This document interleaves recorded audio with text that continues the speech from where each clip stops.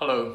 Next week during the Davos event, the TransHuman Code, which is our seventh event in Davos in the last 7 years, covering different aspects of the technology from digital identity to blockchains to personal data protection. This year we decided that the focus should be the humanity, the human person. And the reason is because we have an urgent need to position the human at the center of gravity on the internet, or what we call now the fourth industrial revolution, which is the revolution where machines are going to be taking decisions for us, and we're going to be forced to transfer some of the power and decision-making process that we have as humans to those machines. So it is an historical moment where we have to redefine what humanity is and what makes us different from the machines. So the TransHuman Code Initiative, it is a multidisciplinary initiative, and it starts with an event where we are bringing experts from different areas such as universities, singularity, artificial intelligence. We're going to have IBM Watson making the first digital assistant demonstration, where we're going to be confronting a person who looks exactly like a person but is not. Is a digital assistant that basically answers interactive questions to us. We're going to be discussing about the singularity with one of the founders of the singularity movement. We're going to be discussing with MIT professors the work that is being done currently in defining these interactions between humans and machines. And we're going to be taking notes and decisions will emerge from that meeting that will help us to code what we call the TransHuman Code the human part on it. We are using artificial intelligent algorithms that they are data mining a lot of the wisdom, or what we call the enlightenment books, things that people and humans has been producing over centuries. We are analyzing all that data.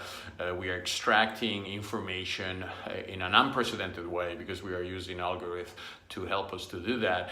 And those algorithms are helping us to, again, redefine what humans are. And the final objective is to really define what is going to be the human of the future, which is not going to be exactly the same human than we are now, or that we have been used to see in previous generations. This is going to be a transhuman. It's going to be transforming itself into something different, and it's going to be moving from where we are now into something that we not necessarily know the consequences. The bottom line is that we don't want to lose control. There's a lot of fears where machines are going to take over, where artificial intelligence is going to be so powerful that it's going to be able to take decisions down where humans are not going to be involved, where their AI algorithms are going to be able to create companies and recruit people and basically act like if you had a human governance model, but this is actually done by algorithm, where robots are going to be so perfect and so powerful that will make or interactions totally redundant and will make humans to become like a less favorable species to disappear in the future. There are also extreme views about basically merging the biological person that we are into this machine that could basically enhance our capability of creating those superhumans that will be more intelligent, will be athletic, and will be able to do performances that they're impossible in the current biological envelope that we have. But obviously we also feel in our inner self that this is not the way it should go, that humans will still be needed, that we need to be part of this enormous effort to build this fourth industrial revolution, that we need to use those technology not to replace us, but to enhance us in ways that we can solve problems that we were not able to solve before, that we can end poverty, that we can distribute wealth in a much better way, that we can cure sickness and basically extend the life of people and reach conclusions and achievements that they were not possible or even imaginable a few years ago. So the TransHuman Code is going to be also a book which is going to be released at the end of this year, 2018. It's going to be a set of seminaries, roadshows, conferences around the world where we are going to be embedding the knowledge and experience from different cultures in India, in China, in the Middle East, in South America, in the United States, to trying to define what the human code is all about. It's going to be also a artificial intelligent algorithm, open source, so people can develop solutions on it.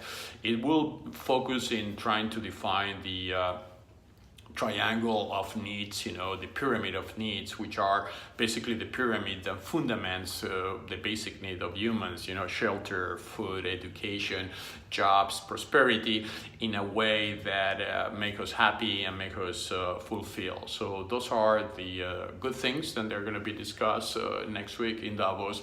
And we will be filming the event, so it's going to be broadcasted. It's going to have a CBS moderation, so you're going to have also a very interesting interactions between experts and the participants. We are expecting something like 500 people, and it is a great opportunity for pushing back this envelope then WISeKey and our experts and our partners are being trying to do for so many years, which is to position the person, the human, at the center of gravity on this technology revolution, which is affecting us all.